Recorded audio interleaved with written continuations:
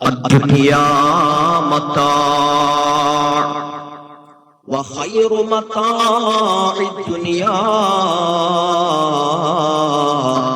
المرأة الصالحة. ലോകത്തിന്റെ പ്രവാചകൻ അഷ്റഫുൽ ഖൽഖ് മുഹമ്മദ് മുസ്തഫ സല്ലല്ലാഹു അലൈഹി വസല്ലമ തങ്ങൾ പറഞ്ഞുവത്രേ, ഈ ഭൂമി ലോകത്ത് മുഴുവനും വിലപിടിപ്പുള്ള വസ്തുക്കളാണ്. എല്ലാത്തിനും വിലയുണ്ട്, എല്ലാത്തിനും വിലയുണ്ട് അല്ലാഹുവേ. പക്ഷേ ഏറ്റവും വിലപിടിപ്പുള്ള വസ്തു ഏതെന്നറിയോ? പടച്ചവനെ, അത് സ്വാലിഹത്തായ പെണ്ണാണ്. ഒരു പെൺകുട്ടി, അവൾ ദീനനുസരിച്ച് ജീവിക്കുന്ന, സ്വഭാവശുദ്ധിയുള്ള, നല്ല ജീവിതം കാഴ്ചവെക്കുന്ന, മാന്യതയുള്ള പെണ്ണാണെങ്കിൽ അവളെപ്പോലെ വിലപിടിപ്പുള്ള മറ്റൊന്നും അള്ളാഹുവിന്റെ ഭൂമിയിൽ ഇല്ല എന്ന് ലോകത്തിന്റെ പ്രവാചകൻ മുഹമ്മദ് മുസ്തഫ സല്ലല്ലാഹു അലൈഹി വസല്ലം. എന്റെ പ്രിയപ്പെട്ട സഹോദരങ്ങളെ, ഏത് കാലഘട്ടത്തിലാണ് പ്രവാചകൻ ഇത് പറയുന്നത്? ചരിത്രത്തിന്റെ ഏത് ഭാഗമെടുത്ത് പരിശോധിച്ചാലും ആ കാലഘട്ടങ്ങളിലെല്ലാം സ്ത്രീകളോട് വളരെ മോശമായി പെരുമാറുകയും അവരെ പുച്ഛത്തോടെ, നീചമായി, നികൃഷ്ടമായി അവരുടെ ശരീരത്തോടും അവരുടെ അശുദ്ധിയോടും എല്ലാ രൂപത്തിലും സ്ത്രീകളെ അടിച്ചമർത്തപ്പെടുന്ന കാലഘട്ടം. പരിശുദ്ധമായ ഖുർആനും പറഞ്ഞു, വൈദാ ബുശ്ശിറ അഹദുഹും ബിൽ ഉൻസാ. ഏതെങ്കിലും ഒരു കുടുംബത്തിൽ ഒരു വ്യക്തിക്ക് അവന്റെ ജീവിതത്തിൽ ജനിക്കുന്ന കുഞ്ഞു പെണ്ണായാൽ വല്ല വജ്ഹുഹു മുസ്വദ്ദൻ വഹുവ ഖളീം. അവരുടെ മുഖത്തിന് വല്ലാത്ത ഇരുട്ട് വീടുമായിരുന്നു, അവരുടെ ഹൃദയത്തിന് വല്ലാത്ത പിടച്ചിൽ വരുമായിരുന്നു, അവർ നിരാശയോടെ ജീവിക്കുമായിരുന്നു. അല്ലാ, അവരുടെ മനസ്സിന്റെ ഉള്ളറകളിൽ ദേഷ്യം വരും, പ്രയാസം വരും, നൊമ്പരം വരും. എങ്ങനെയെങ്കിലും ഈ കുഞ്ഞിനെ അവസാനിപ്പിക്കണം എന്ന് ചിന്തിച്ചിരുന്ന കാലഘട്ടം. അല്ലാ, പരിശുദ്ധമായ ഖുർആൻ അവൾക്ക് മാന്യമായ വില കൊടുത്തു. അവൾ ജീവിക്കേണ്ട വര കാണിച്ചു കൊടുത്തു. അവൾ പാലിക്കേണ്ട ചിട്ടകൾ പറഞ്ഞു. എന്റെ പ്രിയപ്പെട്ട സഹോദരങ്ങളെ, മുഅ്മിനീങ്ങളെ, പരിശുദ്ധമായ ഇസ്ലാം പറയുന്നില്ലേ, നിനക്ക് പെൺകുഞ്ഞ് ജനിക്കുന്നു എന്നത് നിനക്ക് അല്ലാഹു സ്വർഗം തരാൻ പോകുന്നു എന്നതിന്റെ അടയാളമാണ്. ആ കുഞ്ഞിനോട് നീ മാന്യമായി പ്രവർത്തിക്കണം. അത് വാപ്പയാവട്ടെ, അത് ഭർത്താവാകട്ടെ, അത് സഹോദരനാകട്ടെ, ആരുമാകട്ടെ, പെൺമക്കളോട് വാത്സല്യത്തോടെ പെരുമാറണം. അത് നിന്നെ നരകത്തിൽ നിന്ന് രക്ഷപ്പെടുത്തുന്ന രക്ഷാകവചമാണെന്ന് ലോകത്തോട് വിളിച്ചു പറഞ്ഞു ഹബീബായ മുഹമ്മദ് മുസ്തഫ സല്ലല്ലാഹു അലൈഹി വസല്ലം. ജനങ്ങൾ കളിയാക്കി, മുഹമ്മദ് എന്ന് എന്തായി പറയുന്നു? എന്നിട്ടോ പിന്മക്കൾക്ക് മാന്യമായ പരിഗണന കൊടുക്കണം. മക്കളുടെ കൂട്ടത്തിൽ പരിഗണന കൂടുതൽ കൊടുക്കേണ്ടത് പിന്മക്കൾക്കാണ്. ആ കുഞ്ഞിന്റെ കൈകളിലേക്ക് മധുര പലഹാരത്തിന്റെ പൊതികൾ നീ മാറ്റിവെച്ച് നിന്റെ ആൺമക്കളെ സന്തോഷിപ്പിച്ചാൽ അത് കുറ്റമാണോ, അത് പാതകമാണോ? പെൺകുഞ്ഞിനെ സന്തോഷിപ്പിക്കണം, ആൺകുഞ്ഞുങ്ങളെ വേണ്ടാന്നല്ല ഈ പറയുന്നത്. പരിഗണനയിൽ മുൻഗണന പെൺമക്കളോടാണ്. അവരെ നിന്റെ വസ്ത്രമായിട്ടാ പടച്ചവൻ സൃഷ്ടിച്ചത്. എത്ര ഗുണങ്ങളാണ്! അതൊരു പുരുഷനാണ്. ആ പുരുഷന്റെ വസ്ത്രം എന്ന് പറയുന്നത് അവന്റെ ഭാര്യയാണ്. ചിലർക്കതൊക്കെ ഒരു തമാശ, ദീനിനെ കളിയാക്കി. വസ്ത്രം എന്ന് പറയുമ്പോ നീ നിന്റെ വ്യക്തിത്വം എടുത്ത് കാണിക്കുന്നത്, നീ ആരാണെന്ന് വിളിച്ച് പറയുന്നത്, നീ എന്താണെന്ന് പറയുന്നത് പടച്ചവനെ നിന്റെ ഭാര്യയിലൂടെയാണ്.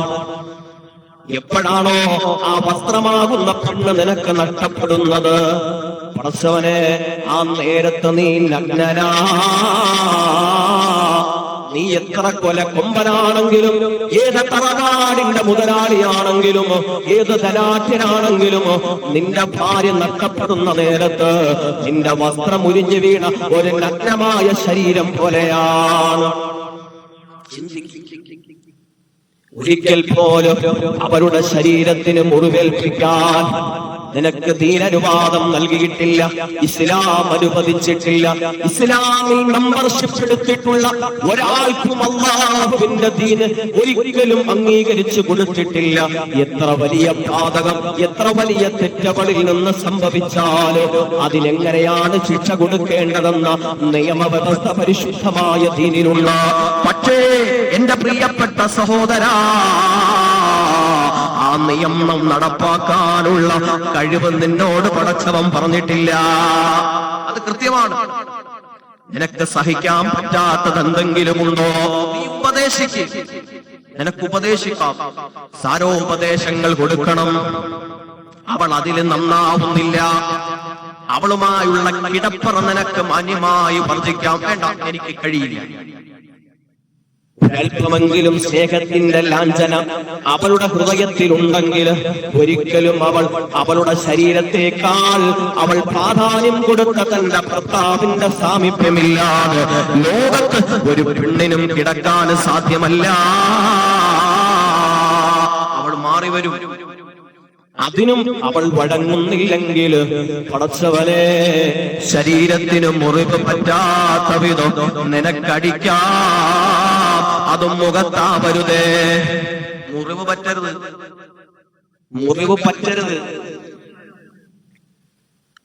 അവളോട് നിനക്ക് ആ രീതിയിലും അവൾ നന്നാവുന്നില്ല എങ്കിലോ മാന്യമായിട്ട് ആ ബന്ധത്തിന് എന്ത് പ്രസക്തിയുണ്ട് എന്ന് ചർച്ച ചെയ്യാൻ നിങ്ങളുടെ കുടുംബക്കാരെ ചർച്ച ചെയ്ത് അത് മാന്യമായിട്ട് മുന്നോട്ട് പോകുമെങ്കിൽ പോകട്ടെ.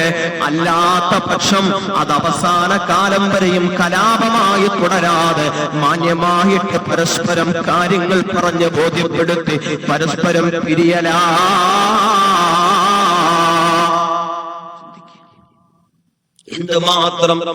എന്തുമാത്രം പ്രൊട്ടക്റ്റാണ് പരിശുദ്ധമായ ദീന് കൊടുത്തത്. ഇനിയും പറഞ്ഞാൽ തീരുമോ? എത്രയെത്ര മഹത്വമാണ് ആ ജീവിത രീതിയെ കുറിച്ച്, കുടുംബ ജീവിതത്തെ കുറിച്ച് പരിശുദ്ധമായ ദീന് വിശദീകരിക്കുന്നത്. ഞാൻ ഓർമ്മപ്പെടുത്തിയത്, ഈ ഭൂമി ലോകത്ത് ഏറ്റവും വിലയുള്ള വസ്തു എന്ന് പറയുന്നത് അൽമർഅത്തു സ്വാലിഹാ. ഒരു കാലത്തും നികിഷ്ടമായിട്ട് ഒരു വിലയുമില്ലാതെ കരിയില പോലെ കൊണ്ടുവന്ന് പച്ചമണ്ണിൽ കുഴിച്ചിട്ടിട്ട് ഒരു ദയാദാക്ഷിണ്യവുമില്ലാതെ മടങ്ങിപ്പോയിരുന്ന കാപാലികന്മാര്, ദുഷ്ടന്മാര് ജീവിച്ചിരുന്ന കാലഘട്ടത്തിലോ ലോകത്തിന്റെ പ്രവാചകൻ തന്നെ അനുസരിക്കുന്ന ലക്ഷോപലക്ഷത്തോളം സ്വഹാബത്തിനോട് പറഞ്ഞത്, സ്വഹാബത്തേ, ഈ ഭൂമി ലോകത്ത് ഏറ്റവും വിലയുള്ളത് ദീനാറിനല്ല, ദിർഹമിനല്ല, സ്വർണത്തിനല്ല, വെള്ളിക്കല്ല, അൽമർഅത്തു സ്വാലിഹാ, അത് സ്വാലിഹായ പെണ്ണിനാണ്. ഇനിയൊന്ന് ചിന്തിക്കുക. 6-ാം നൂറ്റാണ്ടിലെ കാപാലികന്മാര്, ദുഷ്ടന്മാർ, മായ മലീനസമായ മനസ്സുമായി ജീവിച്ചിരുന്ന 6-ാം നൂറ്റാണ്ടിലെ വിവരദോഷികളെക്കാൾ എത്രയോ മോശമായിട്ടാ ഈ സമാനമായ കാലഘട്ടത്തില്, ഈ സമീപ കാലഘട്ടത്തില് ഓരോരുത്തരും അവരുടെ ഭാര്യമാരോട്, പെൺമക്കളോട് എങ്ങനെയാ പെരുമാറുന്നത്. പെൺമക്കളെന്ന് പറഞ്ഞാൽ ഒരുപക്ഷേ നിന്റെ ഉമ്മയാവാം, നിന്റെ ഭാര്യയാവാം, നിന്റെ സഹോദരിയാവാം, ആര് തന്നെയാണെങ്കിലും എന്റെ പ്രിയപ്പെട്ടവരെ ഞാൻ ഓർമ്മപ്പെടുത്തുകയാണ്, ഒരു പെണ്ണിന്റെയും കണ്ണുനീരിന് നീ കാരണമാവല്ലേ. ഒരു പെൺകുട്ടിയുടെയും കണ്ണുനീരിന് നീ കാരണമാവരുത്. നിങ്ങളുടെ ജീവിതത്തിൽ നിങ്ങൾ എന്തെങ്കിലും ഒരു കാര്യം പ്രതിജ്ഞ ചെയ്യുന്നുവെങ്കിൽ ഞാൻ ഓർമ്മപ്പെടുത്താണ്, കഴിയുമെങ്കിൽ ഒരു പെൺകുട്ടിയുടെയും കണ്ണുനീരിന് നീ കാരണമാവരുത്. എന്റെ പ്രിയപ്പെട്ട യുവാക്കളെ, നിങ്ങൾ വിവാഹം കഴിക്കാൻ നിങ്ങൾ പെൺകുട്ടികളെ തേടി അലയാറുണ്ട്. ഒരു മഹല്ലിലെ ഖത്തീബായിട്ടിരിക്കുമ്പോ അല്ലെങ്കിൽ ദീനിന്റെ പൊതുവായ കാര്യങ്ങളിൽ ഇടപെടുമ്പോ എല്ലാ ഉസ്താദുമാർക്കും അറിയാം, ഉസ്താദെ പെണ്ണ് കിട്ടുന്നില്ല, വിവാഹം കഴിക്കാൻ പെണ്ണ് കിട്ടുന്നില്ല. ഇതൊരു പതിവ് ചോദ്യമാണ്. ദുആ ചെയ്യാൻ പൊതുവായി പറയാറുള്ള കാര്യമാണ്. നിങ്ങൾക്ക് പെണ്ണ് കിട്ടുന്നു എന്നതല്ല, അല്ലെങ്കിൽ കിട്ടുന്നില്ല എന്നതിലല്ല കാര്യം. മറിച്ച് ഞാൻ വിവാഹം കഴിച്ചാൽ ഞാൻ കാരണം ഒരു വിഷയത്തിലും ആ പെൺകുട്ടി കണ്ണു നിറയില്ല എന്ന് നിനക്ക് കുറച്ച് ബോധ്യമുണ്ടാവണം. നന്മകൾ പഠിപ്പിക്കാൻ, അതവുകൾ പറഞ്ഞു കൊടുക്കാൻ, അറിവുകൾ പറഞ്ഞു കൊടുക്കാൻ, ജീവിതത്തിന്റെ ചിട്ടകൾക്കൊക്കെ നമുക്ക് അതിൻ്റെതായ മാന്യമായ രീതികൾ കൈകാര്യം ചെയ്യേണ്ടി വരും. പക്ഷെ എന്നാൽ പോലും ഒരിക്കലും നിന്റെ ഭാഗത്ത് നിന്ന് ക്രൂരത വരല്ല. നിന്റെ ഉമ്മാക്ക് ഭരിക്കാനുള്ളതല്ല, നിന്റെ ഉമ്മാക്ക് ആട്ടാനുള്ളതല്ല, നിന്റെ ഉമ്മയെ സേവിക്കാനുള്ളതല്ല, നിന്റെ വാപ്പയെ സേവിക്കാനുള്ളതല്ല, നിന്റെ വാപ്പാടെ ജോലിക്കാരിയല്ല, നിന്റെ പെങ്ങൾക്ക് തട്ടിപ്പറിക്കാനോ തട്ടി അകറ്റാനോ ജനങ്ങൾക്ക് മുമ്പിൽ ആക്ഷേപം പറയാനോ പടച്ചവരെ ഒരു പുഞ്ചിരിയോടാതെ കേട്ടു നിന്ന് ആരും കാണാതെ റൂമിന്റെ അകത്തളങ്ങളിലേക്ക് ഓടിപ്പോയിട്ട് അല്ലാ അല്ലാ പൊട്ടിക്കരഞ്ഞ് മനസ്സ് നിറയിട്ട് അതിന്റെ ഒരംശം പോലും പുറത്ത് കാണിക്കാതെ വീണ്ടും നിന്റെ കിടപ്പറയില് ആ ദുഃഖഭാരത്താൽ വന്ന് കിടക്കുന്ന ഒരു പെണ്ണിനെ നിനക്കറിയോ?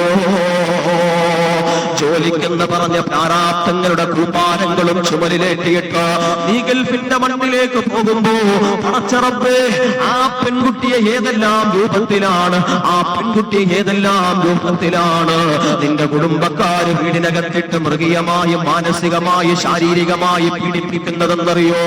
അല്ലാ അല്ലാ, നീ കാരണമായിട്ട് നിന്റെ ഭാര്യ ഏതെങ്കിലും രൂപത്തിൽ മനസ്സ് വിഷമിപ്പിക്കുന്ന ഒരു സാഹചര്യം വന്നു പോയാൽ അല്ലാഹുവിന്റെ പരമോന്നതമായ കോടതിയിൽ നിന്ന് ആ വിഷമത്തിന്റെ തിക്തഫലം നിന്നെ സമീപിക്കാതെ കടന്നു പോകൂല ചെറുപ്പക്കാരാ.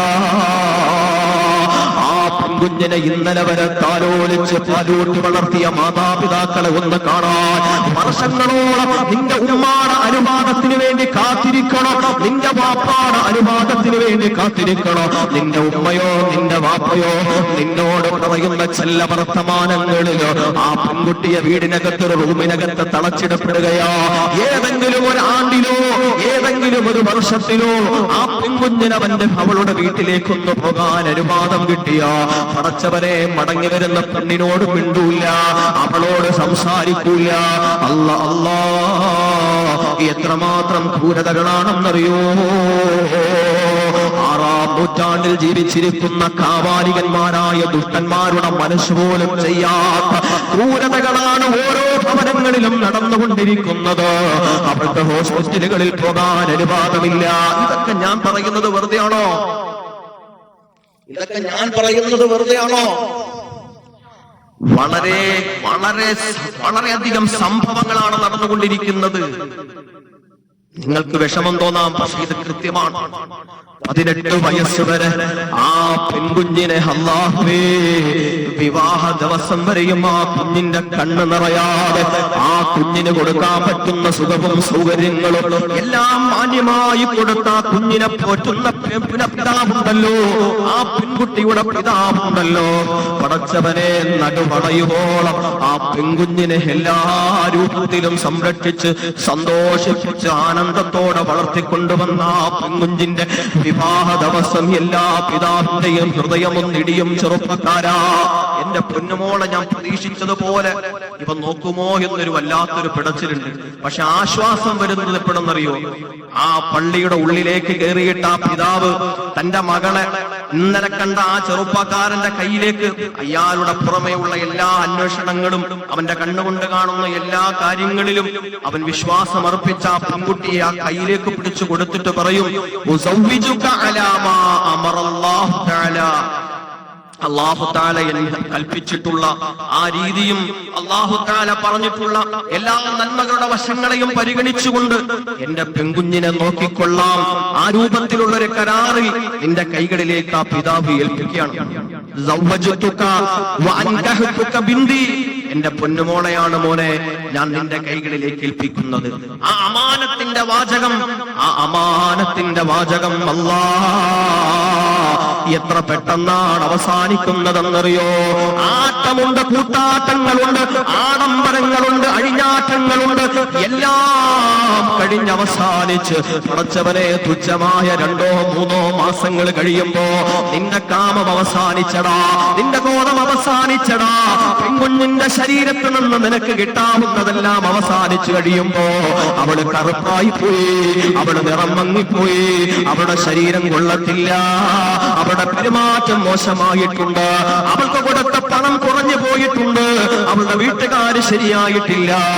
പിന്നെ ഒരു കയറിന്റെ തുമ്പിലോ ഒരു തുള്ളി വിഷത്തിലോ അല്ലെങ്കിൽ ആരും കാണാതെ ഏതെങ്കിലും കുറ്റിക്കാടുകളിൽ അനാഥമായി കിടക്കുന്ന മയ്യത്തായിട്ടോ പടച്ചറപ്പ് അനുദിനം വർദ്ധിച്ചു വരുന്ന ഭർത്തൃപീഡന പീഡനങ്ങൾ എത്രയാ! എത്രയോ പാവപ്പെട്ട കുഞ്ഞു പെൺമക്കളെയാണ് നിഷ്ഠൂരമായിട്ട് പടച്ചവനെ പണത്തിന്റെ പേരിൽ, നിറത്തിന്റെ പേരിൽ, പെൺകുഞ്ഞിനെ പ്രസവിച്ചു പോയതിന്റെ പേരിൽ അല്ലാഹുവേ നിഷ്ഠൂരമായി കൊന്നു കളഞ്ഞത് എത്രയോ സംഭവങ്ങളാ. അതല്ലേ ഞാൻ നിങ്ങളോട് ചോദിച്ചത്, 6-ാം നൂറ്റാണ്ടിൽ ജീവിച്ചിരുന്ന മനസ്സ് കറുത്തുപോയ കാപാലികന്മാര്, ദുഷ്ടന്മാര്, നീചന്മാര് ഇങ്ങനെ ചെയ്യുവോ? ലോകത്തിന്റെ പ്രവാചകൻ അതുകൊണ്ടാ സ്വഹാബത്തിനോട് പറഞ്ഞത്, അദ്ദുനിയാ മതാ വഖൈറു മതാഇ ദുനിയാ അൽ മർഅതു സ്വാലിഹാ. എന്റെ പ്രിയപ്പെട്ട സ്വഹാബത്തെ, ഈ ഭൂമി ലോകത്ത് നിങ്ങൾ പരിശോധിച്ചാ നിങ്ങൾക്ക് വിലപിടിപ്പുള്ള ഒരുപാട് വസ്തുക്കൾ കാണാം. ആ വസ്തുക്കളുടെ കൂട്ടത്തിൽ ഏറ്റവും വിലപിടിപ്പുള്ള വസ്തു ഏതെന്നറിയോ? അൽ മർഅതു സ്വാലിഹാ. സൽസ്വഭാവിയായ പെണ്ണാണ് കേട്ടോ, അല്ലാഹുവിനെ അനുസരിക്കുന്ന പെണ്ണാണ് കേട്ടോ, ദീനനുസരിച്ച് ജീവിക്കുന്ന മാന്യതയുള്ള പെണ്ണാണ് കേട്ടോ. അതുകൊണ്ട് എന്റെ സഹോദരങ്ങളോട് എനിക്ക് മനസ്സ് തുറന്ന് പറയാനൊരു കാര്യമേ ഉള്ളൂ. നിന്റെ ഉമ്മയാവട്ടെ, നിന്റെ പെങ്ങളാവട്ടെ, നിന്റെ ഭാര്യയാവട്ടെ, ആരുമാകട്ടെ, നീ കാരണം ഒരു പെൺകുട്ടിയുടെ കണ്ണ് നിറയല്ല. അങ്ങനെ നിറഞ്ഞു പോയാ ഈ ദുനിയാവിൽ നിന്ന് നിനക്ക് നല്ല കോലത്തിൽ പോവാനും പറ്റൂല. വ്യക്തമായിട്ടങ്ങ് പറയാം. അല്ലാഹു കാത്തു രക്ഷിക്കട്ടെ.